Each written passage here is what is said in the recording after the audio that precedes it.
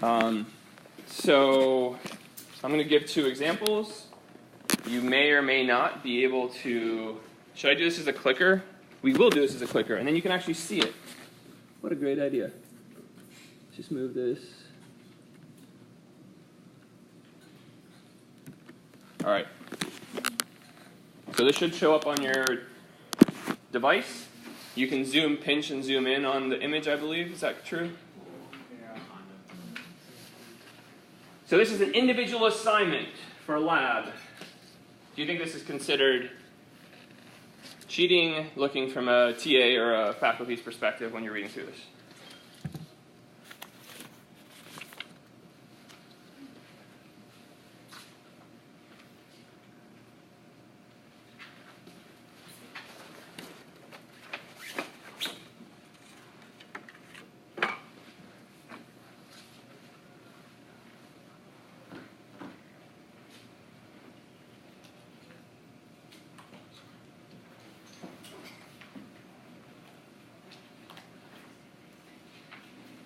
And yes, you were able to talk to the person next to you. Do you want to clarify anything on this?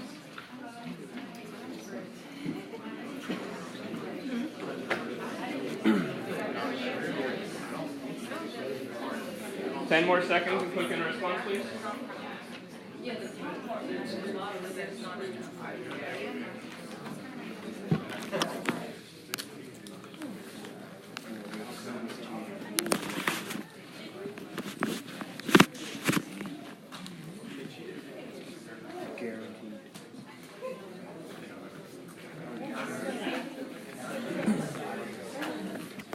All right. Can I hear from a new voice who maybe you haven't talked yet this semester in class? What do you think about this? Is this cheating or not? If you're looking at these 2 lab reports, is this an example of that?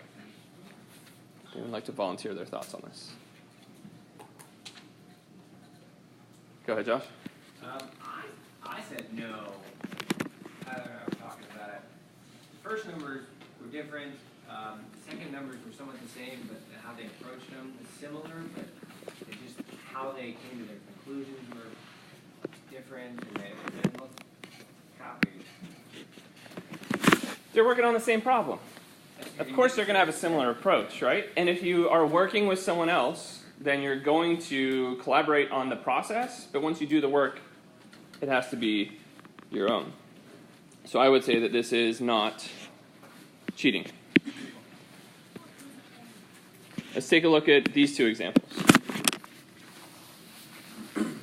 The one on the right is now different from the original one. The one on the left is the same.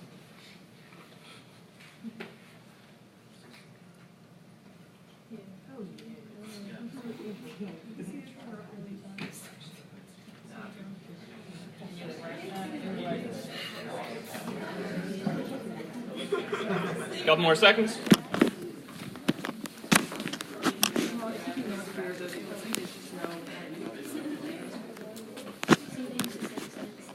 All right.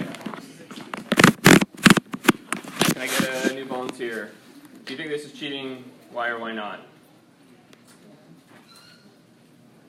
Amber? Yes, because it looks exactly the same. Even the box even shows straight copy. But they're working together. Of course they're going to have similar answers. So why is this cheating even knowing that? Because it shows the exact same place where you put it and everything. So what does it look like happened here? They just Know it? copy. It looks like one person's thought process and then the other person's process completely. So why is that a problem? Why is it a problem if one person did the work and the other person wrote down that? The other person doesn't learn. Maybe, maybe not. Because he's taking credit for someone's work. So the biggest thing to keep in mind if you're ever thinking about, is this okay with academic conduct or not, is am I taking credit for someone else's work without giving them credit? If they wrote down here, this is so-and-so's work, I give them credit, then that wouldn't be cheating. You'd get a 0, right, because you didn't do your own work. But that would not be misconduct in the same way. So the idea is if you're taking credit for someone else's work, plagiarism, if you're writing an essay or doing a report, same idea holds. Oh, they said it really well in Wikipedia or this paper. I'm going to use those words, but I'm not going to put quotations. I'm not going to say where it came from. Then that's cheating. That's plagiarism. So at the beginning of the semester, I always wanted to start thinking about making sure that whatever you turn in, even if you're working in groups, and I know in labs you aren't necessarily working in groups, but you have the similar problem. And so if you take someone else's starting value and you're going to have the same approach, make sure you talk about the approach together, learn from other people, and then do the work on your own. Make sure that what you write it down, what you turn in, is based off of your own thought process and work. If you don't understand it, it's much better just to not turn it in, or to leave it blank and get a 0 on that. I think the academic conduct policy here is pretty strict as well, and we don't want you guys to be in jeopardy of 0 credit for the class and having a negative mark on your transcript, and worst case scenario, you can be kicked out of university. So please be very careful. If you're ever worried about is this plagiarism or cheating or not, just talk to Sam, talk to myself. Make sure that you come and get an authority figure. You can talk to your classmates as well, but if you're still not sure, come talk to one of us. We're here to help you learn how to do that. That's what this class is about, one of the many things this class is about. All right, so a couple of logistic. John, there's a couple of other things. Where's John? What were the things I was going to say? In class versus online. Okay. The philosophy we talked about on day 1 was that our class is based on, you guys are supposed to do some of the lower order skills you don't need my help with at home. So if there's learning vocab or plugging, finding equations and trying to plug things in, that's stuff you guys should be doing on your own. We've developed class. Hopefully you see you're learning by working with your peers. It's more challenging stuff that would be harder to do your first time at home. Do you feel like that's been happening, or do you feel like the homework is too challenging? I would like to hear from you. So if you want to, I'll hear from Josh right now and Joey, but also if you want to email me your thoughts afterwards, but I feel like I'm teaching myself the hard stuff at home. That's not what I want, and so I can adjust the homework to make sure that you all come in with some level of preparedness, but that you're not feeling like you're spending hours and hours trying to teach yourself topics. Josh? I feel like the quiz last night, towards the very end of it, that was like new stuff. Brand new to have to teach yourself, and then you're like, all right, and it was like 2 problems. I was like, Yeah, so that probably was on that verge. I'm trying to figure out how to get it so you see them, but you don't struggle for too long. I don't mind a little bit of struggling. Struggling is great. Then you'll come to class and be like, oh, I got this now. Joey? It's not necessarily that it's too hard. I don't do very good with trying to teach myself online stuff, honestly. I took Gen Chem one time already and had to do that class. I did it almost a whole semester and dropped because he was trying to make us learn at home and then do homework in class. I mean, this class is a little bit different, but I think it'd be easier if we learned more of the concepts before we actually do the homework at home. And so I will do some of that. And so maybe I'll tweak it a little bit so it's a little bit more that way. Like I understand you give us just like a brief synopsis or something before we have to do the homework. Just introduce it to us, not. Yeah, and I think some of I'm trying to work within the system. It's a new system I'm using, online homework, and so some of the questions I do think may be pushing it to a level that's not quite where I want it to be, but I need to find that middle ground. So keep giving me feedback if you think that it's spending too much time doing that. And this is assuming that you don't have background in those topics. If you have a ton of background in those topics, no matter what we do, you're going to fly through it, and that's fine. I want it for people who haven't seen these topics before to get a chance to at least see and be exposed to them before we work on them in class. Something that annoyed me about the pre-quiz was that, in particular, so I did my calculations on a couple of different problems, but apparently it didn't take it, and I rechecked and I rechecked and I rechecked. I've heard that from this specific one, that a couple of people had that issue, and so I'm going to be in touch with Cengage, but if you ever have that issue, please post to Canvas Discussions Logistics and say this particular problem doesn't seem to be accepting the problem right. That way I can contact Cengage. I just heard this morning some of those issues, and so I couldn't do it ahead of time. So just make sure to keep me involved in those kinds of things. I check every time you post to Canvas Discussions, I check. All right, is anyone interested in doing robotics? So there's a robotics team on campus. They're looking for people to join. It's based out of the STEM Education Center, which is where half of my appointment is. So please email me. I'll put you in touch with them. It's a really cool way to kind of like work on the engineering side of your brain. So go ahead.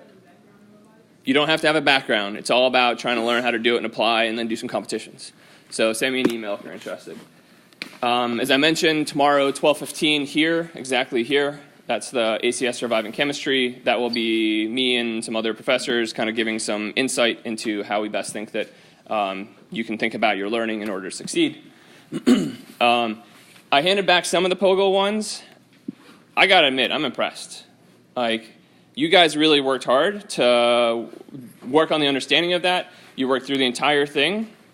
There was overall a very strong sense of dedication and commitment to detail. So I wanted to say I commend you guys on that. That's actually better than my classes at the University of Delaware when they had the same kind of thing. So bravo, congrats on that. Okay. I was just looking at the ACS. I have a class at 12:15. So Okay, is there going so- to be another one? There's not this particular one. Every month they have one. I think it's the same date and time. So if you want to be part of the ACS, it might be challenging to do that this semester. But those are the kinds of things we can talk about during office hours and that as well. All right, so Friday, there's a pre-class quiz that's up. This one should be relatively straightforward. I don't think this is going to be super challenging as far as teaching yourself a lot of stuff. It's a holiday weekend, so instead of having the homework due Sunday night and the quiz due Monday, I kind of dragged them out. So the week 2 homework, it is due on Monday night. That's also when, can't remember does anyone know the post-quiz, is it up there yet? Does it have a due date? Should I make the post-quiz due Tuesday then? That probably makes more sense. Okay, so I'll make the post-quiz due Tuesday. If you see the post-quiz and I haven't changed it, email me, let me know. And then these are 2 things that are worth assignments each. So there's a survey, which is a Google form. Has anyone done that? How long did it take? Isn't it like an hour? 30 minutes? Oh gosh, I thought it was like 20 minutes. Yeah. Okay, great. That's fantastic. I was worried it would take up to an hour. That's why I warned you it might take up to an hour. So it sounds like the survey only takes about 20, 30 minutes. So make sure you budget time. I need to collect that data to make sure I develop this class appropriately.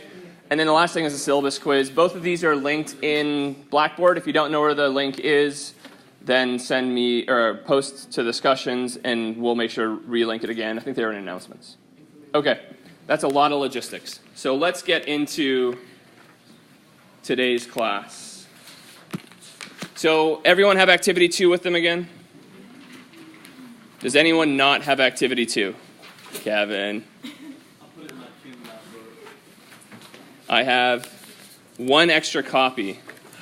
So you're sitting between 2 people. You're sitting beside 1 person. I'm going to have you work off the other person's and take notes on your own. And then you can use your own copy once you have that. Does that work? Okay. So I asked you to do questions 6 and 7 on your own. So questions 6 and 7. Let's go ahead and click on our answer. This should just be a response because you've already answered this question. How many of the 4 marbles on the right scale have the same mass as the average? Go ahead and click in your answer. You can check with your... Oh, it's multiple choice. It's not going to work, is it? No, we're like...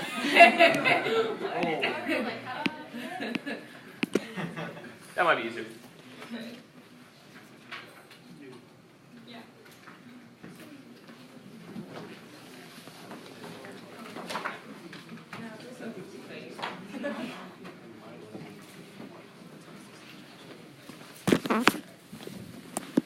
A couple more seconds. Remember, we're just clicking in our answer that we had already determined. Talk to your neighbor if you want to confirm that.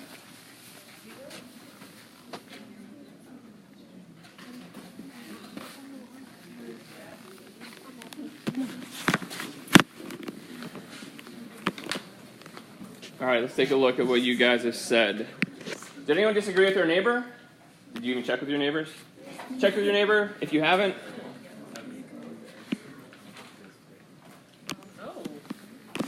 okay, so we have some different answers. Did anyone want to defend their answer? Let's hear from new voices. I haven't heard from Ruby yet today. So one of the marbles is... A little bit louder. Okay, one of the marbles is 5 grams, and the other 3 are 7 grams. The average is 25 grams. Great.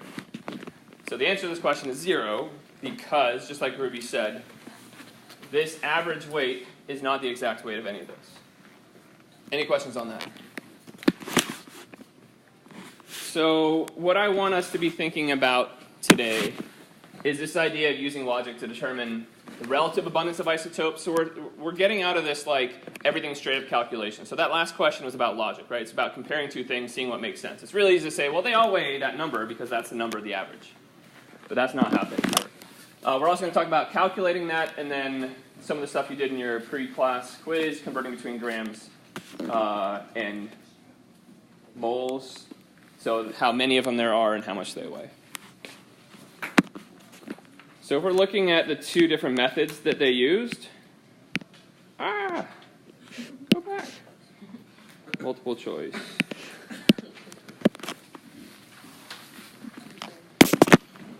Which of those two methods would you use to answer question 7? And this is asking about the two approaches that you use right under those scales. There's approach 1 and approach 2.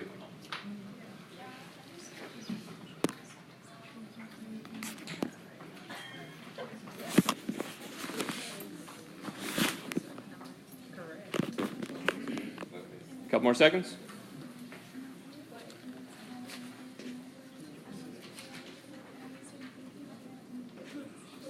All right, I'm going to ask for a new voice again. Yes, I can't see your name, Ted. I'm sorry. Aaron. Great.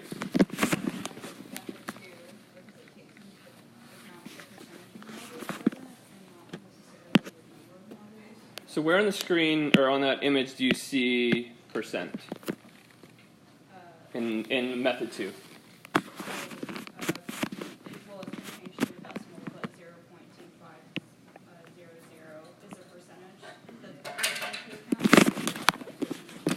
Great. You know, there's 100% sample, 75% of them are 7 grams, and 25% of them are 5 grams. Fantastic.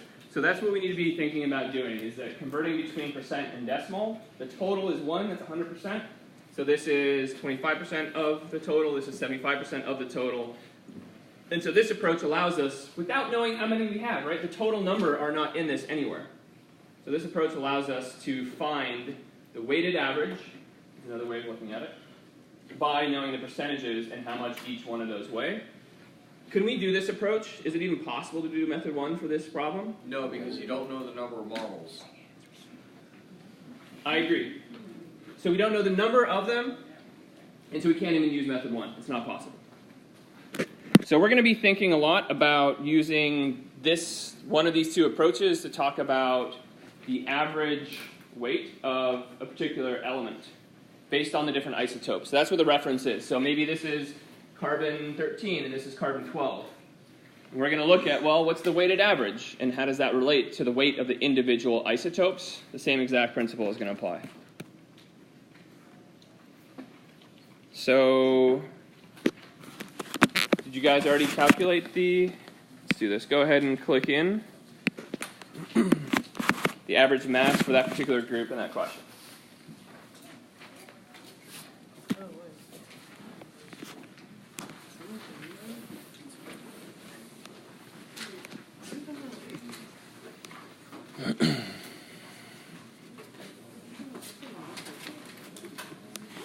This is question 8. It's on the next page. If you have not already done it.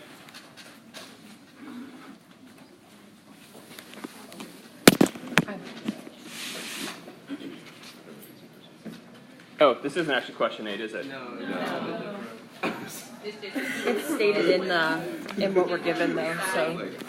Yeah, so this is still question 7. This is my own question version of question 7. Or it's part of question 7.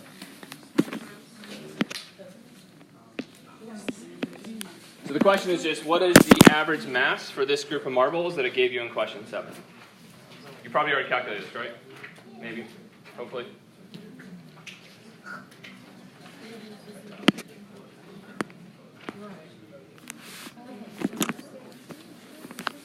Talk to your neighbor, make sure you use the same approach, come up with a similar answer.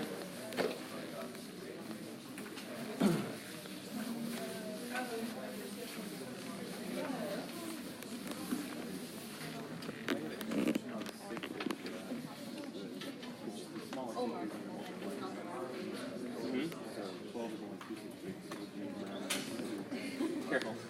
So once you've done multiplication, then you have to think about your addition rules are different when you're adding two things together.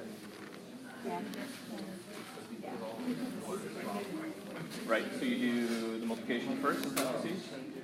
We'll talk about it in a second.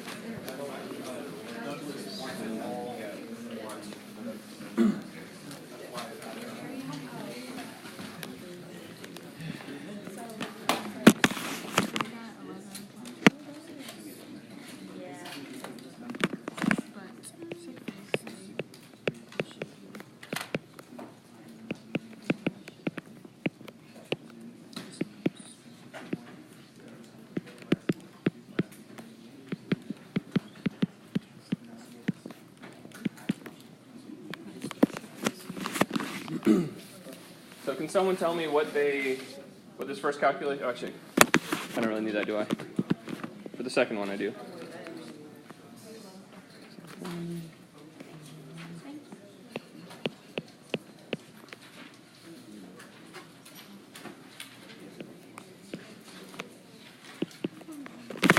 Second calculation. Can someone tell me what they got for the second? Anyone have that number? What is it, Ruby? Can you give me, is that all the sig figs your calculator spits out? Okay.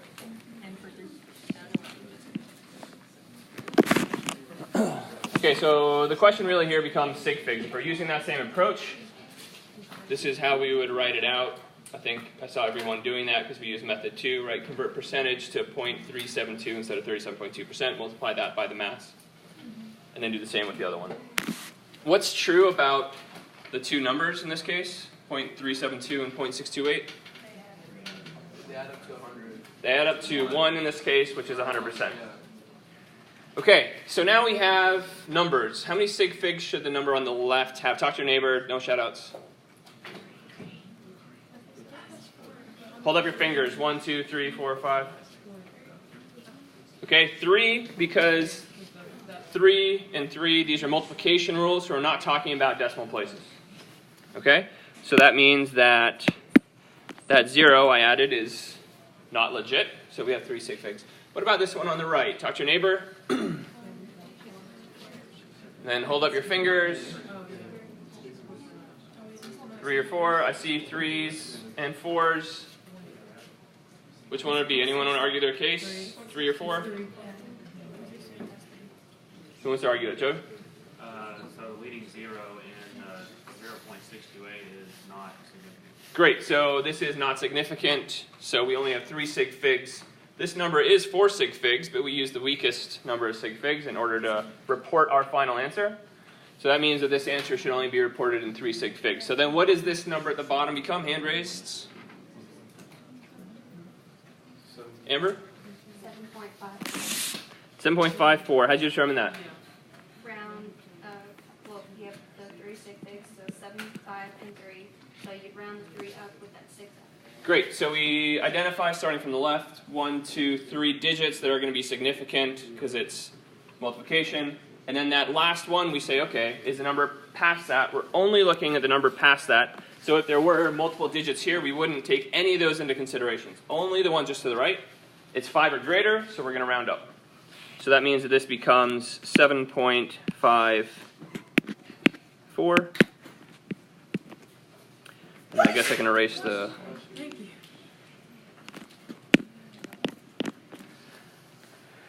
Once we've done that, now we take a step back, and now we're going to look at addition. So what's our... Can someone give me the final answer, and then we'll talk about sig figs? Christina? 11.256. Okay. So if we were doing multiplication rules, we would do 3 sig figs, 3 sig figs, but that's not what we're doing at all, right? We're adding. So Mohib, how do we think about this in terms of sig figs now that we're adding? So you look at the amount of decimal places, and the least amount of decimal places is the one that you carry over, so it should be 11.26. Okay, so let's identify the sig fig. So decimal places is absolutely right. So in this, on the number on the left, we have 2 past the decimal. So we have the hundredths place, and that's true for both of our answers based off sig figs for the first part of the question, the multiplication. So that means that our answer is reported to 2 past the decimal. So is our answer 11.25? Why is it 2.6? So we look at the 6. That means we're going to round our 2 up, or 5 up. So it's 11.26. Am I done? You gotta put a unit. All right, a lot of people missed units. That was the biggest thing that people forgot on the POGO Activity 1. So I don't care what the number is if you don't have a unit. Why wouldn't you just wait until the very end to do all of the significant figures?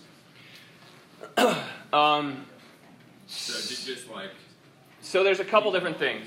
So if I'm asking you to report, so in this case there weren't any sig figs that, oh there is a sig fig we got rid of, isn't there? Yeah. I thought you were supposed to wait to the end. I totally messed that up. So what was that, 3.8? 3.6. So what we would have done is we would have said that this is 2 past the decimal, this is 2 past the decimal, so our answer should be 2 past the decimal. You're absolutely right. So we would add these two numbers together. We would not round before we do the final calculation.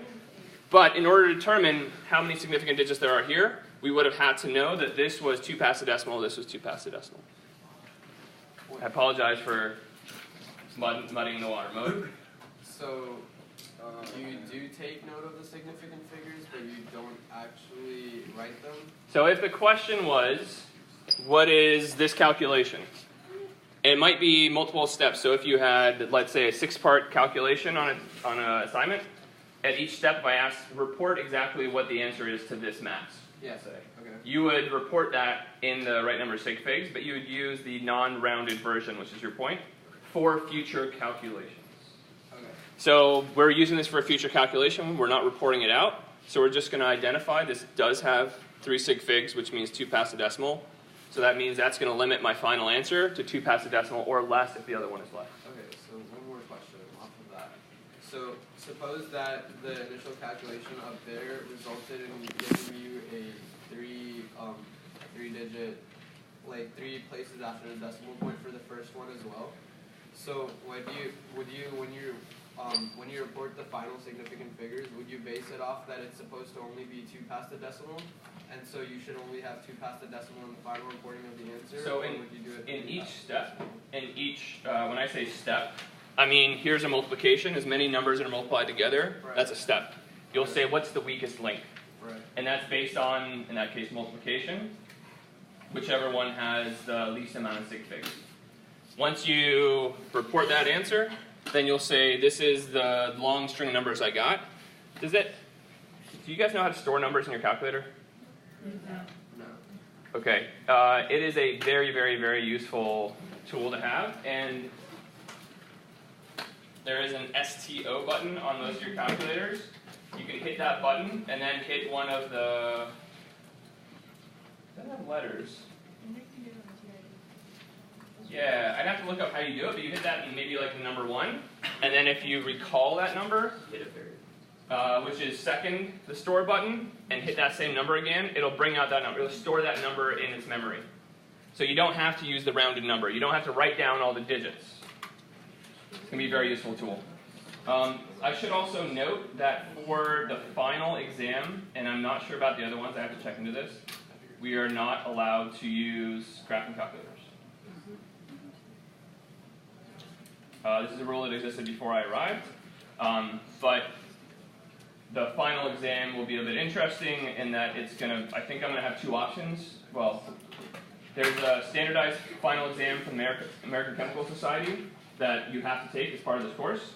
It doesn't necessarily align with everything that I want to focus on in this class, so I'll give an option to take a second final exam that the better of the 2 scores is what you get. I'll have to figure out logistically how to do that with class time and all that, but on the ACS final exam you are not allowed to use a graphing calculator. I might not be allowed to let you use graphing calculators on the other tests. So I would highly advise using a calculator like this that has scientific features, scientific notation, and using that in class so you get used to it, so you don't get to the test and try figuring out a new calculator. Joey, do you have another question? No, it's a comment. This whole course, you're not supposed to have a scientific calculator, according to Ms. Douglas. I need to look into the specific rules on that. Yeah, and I asked her, she said that it was. That was her rule, and I need to find out if that is the case in class as well. I personally work really well with the scientific calculator, so I need to figure out the balance of letting you guys use that tool if you want, but if you're going to not be able to use it on the test, then it's a really bad idea to use it in class as well. When's the final exam again? The final exam is December 5th, and time is 10:30, is that right? What's that, love? I would Google UALR final exams. It's based on when our class time is. We have a set time that our final exam is. But December 5th is when that final exam is. Thanks for reminding me about that. All right. So let's start moving through this. And you guys agree with this answer? No. 11 point. All right. And this is because we think about sig figs for each individual step first, without rounding. But we know how many sig figs that number should limit us to in the end, because that might become the weakest link. And then after we do each step, we do the final calculation, and then based off of each set of limiting sig figs, we determine our final. So I'll go in and adjust that number in the slides. All right, so go ahead and start working through question number 8 on this activity. If you've already done some of the work, help the people around you work through it.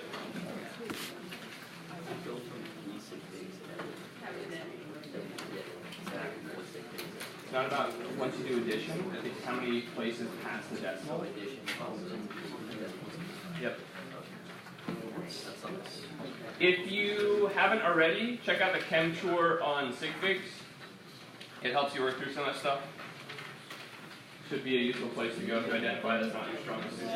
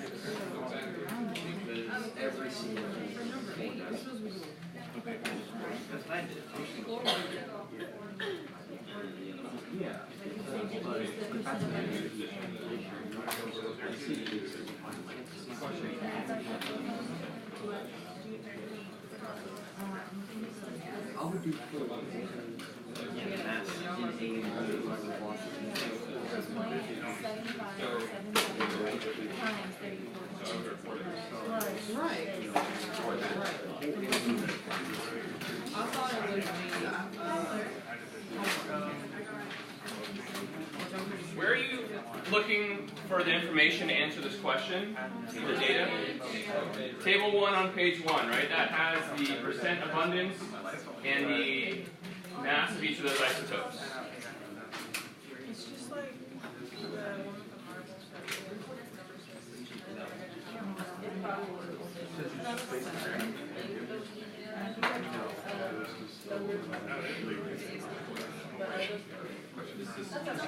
one with the marbles limited by instrumentation.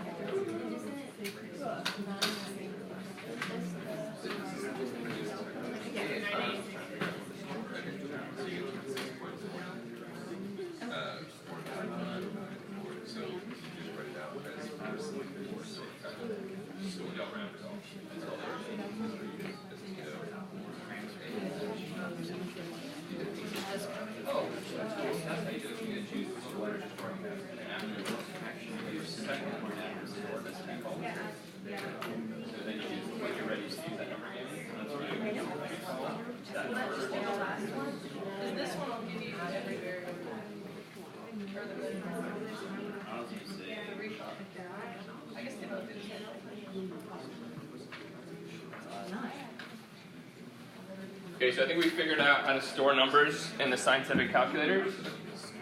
Once you have a really long number that pops up in your answer, you hit the STO arrow button, which is on the far left side. It'll either pull up a list of letters, or you hit the one right above it if it says XYZ, and you'll store it as one of those letters.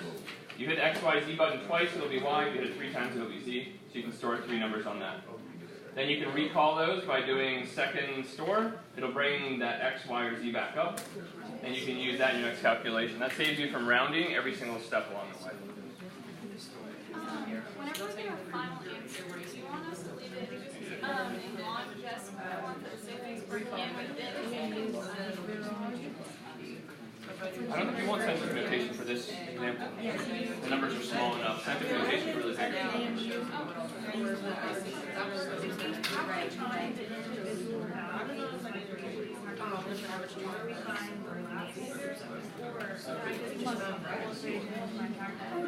I would do the whole equation. And then we can just round.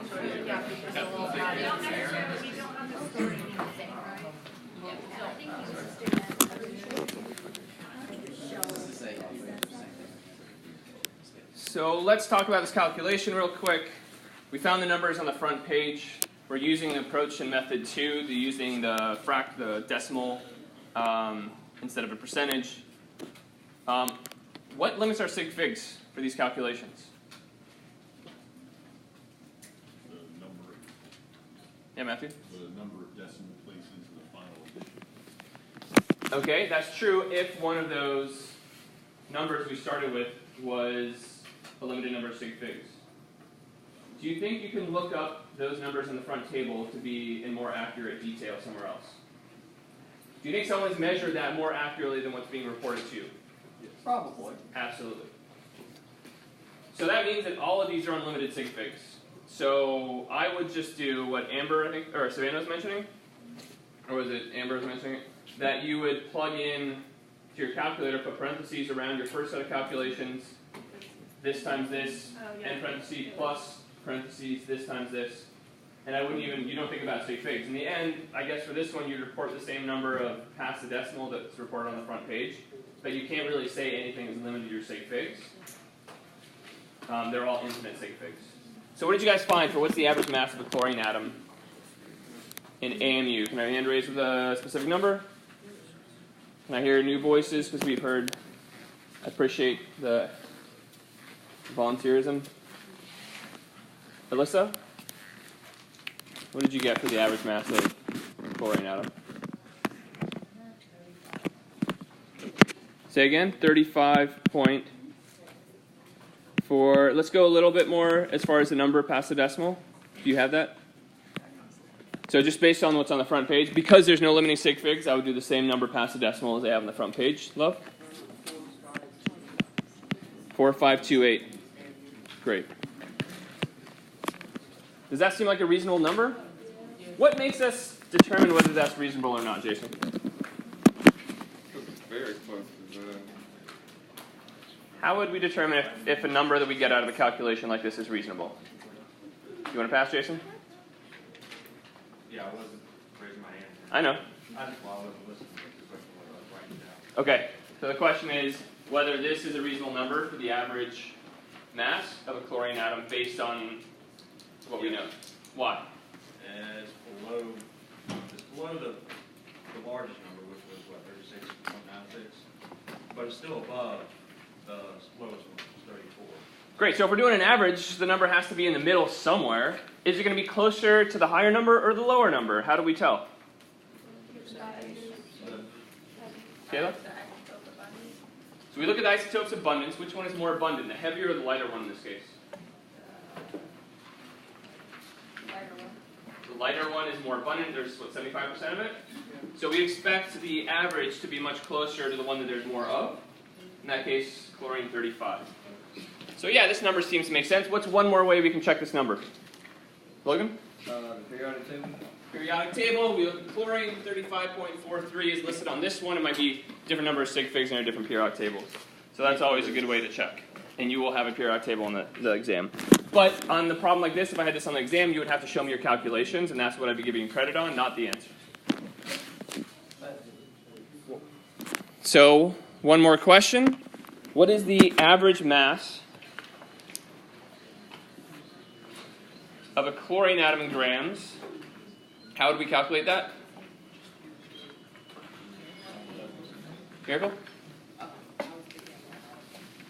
You were thinking out loud? Okay. Sarah? Use the 1 AMU 1.6606. Great. We have a conversion factor to go from the mass in AMU to the mass in grams, and we could do that calculation.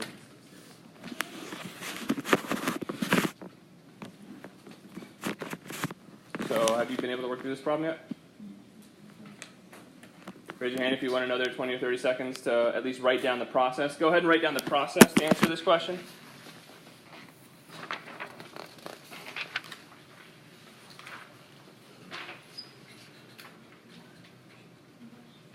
Or is this not one of the ones on the worksheet?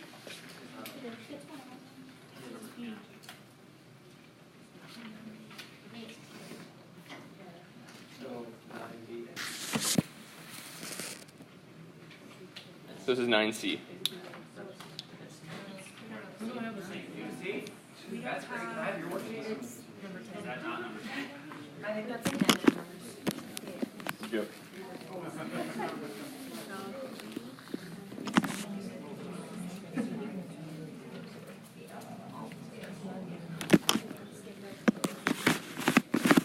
All right, so I want you to focus on the setup.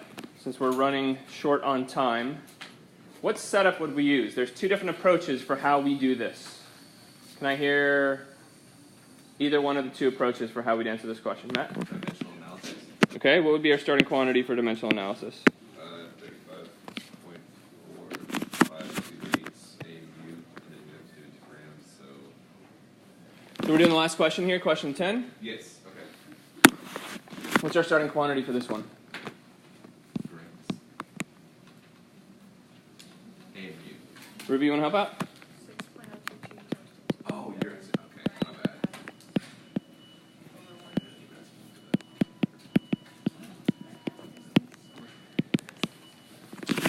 Okay, and what would we do next? If we're doing dimensional analysis, what conversion factors would we use? And both approaches, I'd say, are dimensional analysis. Dawson?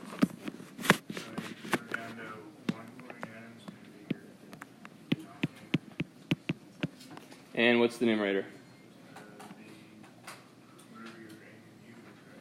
Which is?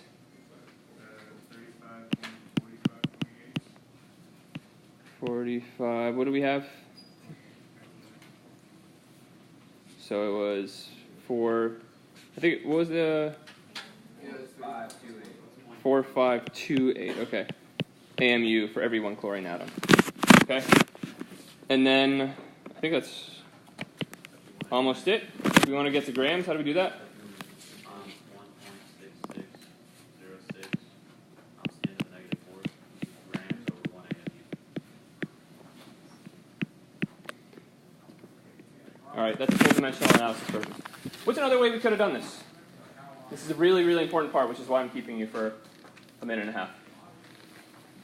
Yes? If you just do one atom and what you got and Okay, so we could use this answer and multiply it by this number of atoms because that's a new conversion factor. But the mole. This number is the mole, right? This is a mole of whatever that thing is, chlorine atom. So what if instead, let's see where can I write this? We had 6.022 times 10 to the 23rd Cl atoms. And then we said, well, I know that 6.022 times 10 to the 23rd Cl atoms is 1 mole of Cl atoms. That's exactly how many there are in a mole. Why does that help? What new conversion factor can we use now?